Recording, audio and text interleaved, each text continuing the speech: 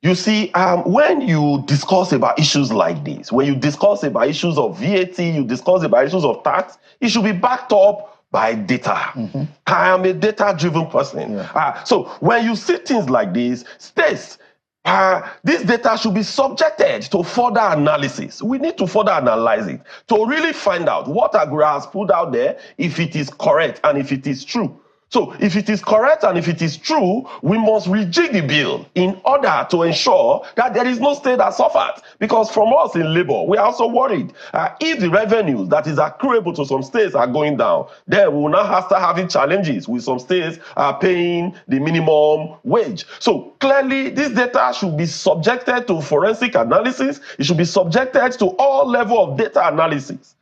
We have the tools today to be able to disaggregate the data, put them together, and come up with what is the true position. So when this is done, Shehu, by an unbiased and independent consultant, for example, I think people will tend to listen. But you know, Nigeria, when this is done by people from some sections of the country, the others will also have mutual suspicion. So such position, that is why I said earlier that the National Assembly, both Senate and House of Reps, they must bring in independent consultants who understand this data very well, who will be able to disaggregate them and come up with a clear-cut position. Because it will not be good, Shehu, for you to bring about this kind of bill that will shortchange a section of the country. It is not right. But that must be backed up by empirical facts and data. Look at it, TUC President, and I wanted us to look at, there is a chart that shows those states.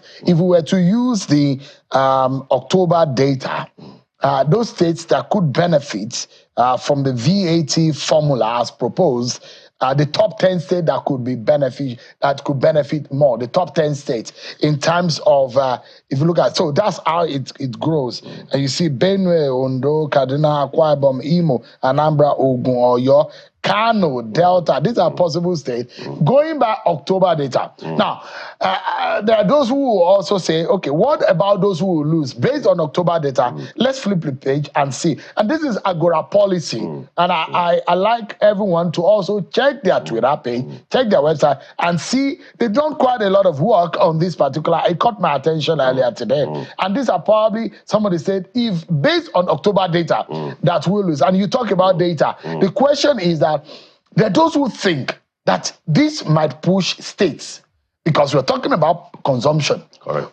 Because the formula and the data is now going to be driven not only by the headquarters of the organization, the proposition, we say origin and consumption of where the VAT is coming from and when it's being deducted.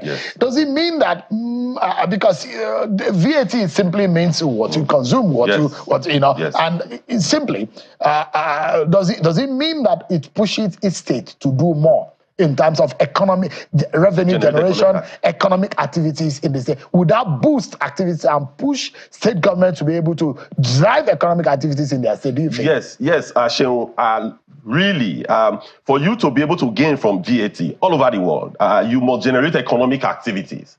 Because if you don't generate economic activities, at the end of the day, you will not get the value-added tax. But Shehu, let's be a bit circumspect with the data that we are analyzing here, Shehu.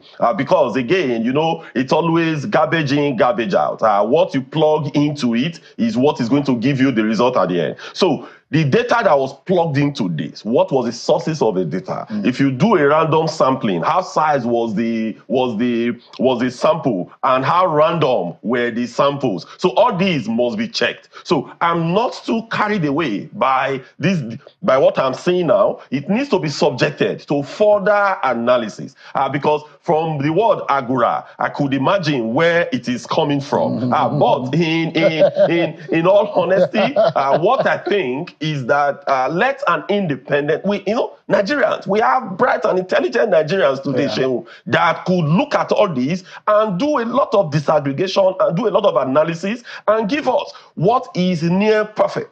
So that is what we should rely on much more.